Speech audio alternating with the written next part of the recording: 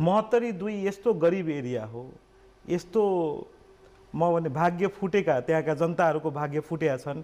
Quote unquote नै भन्न खोजे हो। तपाईँ एजुकेसन चाहिँ एकदम कमजोर, नेपालको सबभन्दा कम एजुकेसन भएको ठाउँ पनि त्यही हो। किनभने एउटा पनि ब्याचलरको कलेज डिसेन्ट छैन, सिटिभिटीका कलेजहरू पनि छैनन्, एउटा पनि सेकेन्डरी अस्पताल छैन, पुरै क्षेत्रभरि नै एउटा पनि सर्जरीको लागि ठाउँ छैन। त्यति मात्र होइन, एउटा पनि स्किल सेन्टर या त्यस्तो टाइपको रोजगारीको केही व्यवस्था छैन, एउटा पनि उद्योग छैन, जिरो उद्योग है। हामी 80% त्यहाँका जनताहरू किसान छौँ। एउटा पनि अलिकति ट्रेनिङ सेन्टर जो एग्रिकल्चर फेसिलिटेट गर्ने छैन। हरेक साल डुबान हुन्छ, त्यो पुरै एरिया डुबान क्षेत्र हो, सिँचाइको व्यवस्था छैन। जनताहरू एकदम सबभन्दा बढी बेरोजगार भएर सबभन्दा बढी जनताहरू अनस्किल्ड लेबरको रूपमा त्यहाँबाट नै विदेश पलायन दुबई कतार मलेसियाहरू गल्फ गएका छन्। त मतलब यति कमजोर एरिया बन्नुमा कसको दोष देख्नुहुन्छ? अल्टिमेटली म के बुझ्छु भने नेताले रिप्रेजेन्ट गर्ने त्यो जोग्राफी हो, जनता हो, त्यसकारण कतै न कतै नेताको पनि ठुलो रोल छ। त्यति मात्र होइन कि सबभन्दा पोटेन्सियल, कल्चरली सबभन्दा पोटेन्सियल भएको रुट हो कि म त्यसरी नै आजभोलि कल्चरल कनेक्ट रुटको कुरा गर्छु कि सोना माइथान यति फेमस छ, नेपाल मात्र होइन विदेशमा पनि।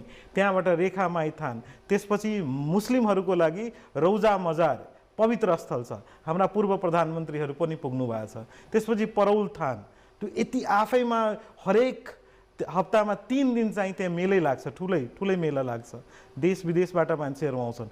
प्लस अर्को त्यहीँबाट स्टार्ट हुने भनेको रामायण सर्किट, त्यो सीता कुण्डमा जहाँ चाहिँ सीतालाई रेस्ट गराइएको थियो, बिहे गरेर फर्किँदाखेरि एक राति त्यहाँ बसेको ठाउँ हो र त्यहाँबाट स्टार्ट हुन्छ तपाईँको परिक्रमा, जो 15 दिने परिक्रमाको रुट जसलाई रामायण सर्किट भनिन्छ कि त्यो कहाँसम्म जान्छ भने अयोध्यासम्म जान्छ। यति पवित्र ठाउँ जहाँ चाहिँ टुरिज्मको लागि ठुलो ठाउँ एकदम राम्रो तरिकाले डेभलप गरेर त्यहाँ 10,000 देखि 20,000 जनालाई रोजगारी दिन सकिन्थ्यो। त्यहाँ झिझिया नाचलाई बढाउन सकिन्थ्यो होला, मिथिला चित्रकलालाई बढाउन सकिन्थ्यो होला, त्यहाँको लोकल सिपहरूलाई अगाडि बढाउन सकिन्थ्यो होला, त्यही होमस्टे खोलेर जनताहरूलाई त्यही दिन सकिन्थ्यो होला, रोजगारीको सृजना गर्न सकिन्थ्यो होला। त्यो केही पनि भएन कि आज सबभन्दा कमजोर बाटो त्यही एरियाको, सबभन्दा कमजोर एजुकेसन त्यही छ, सबभन्दा कमजोर हेल्थ त्यही छ, त्यहाँ सबभन्दा कमजोर इन्फ्रास्ट्रक्चर छ, सबभन्दा कमजोर स्थिति कुनै एग्रिकल्चर फार्मरहरूको यदि कुनै देशमा कतै छ भने 72 छ।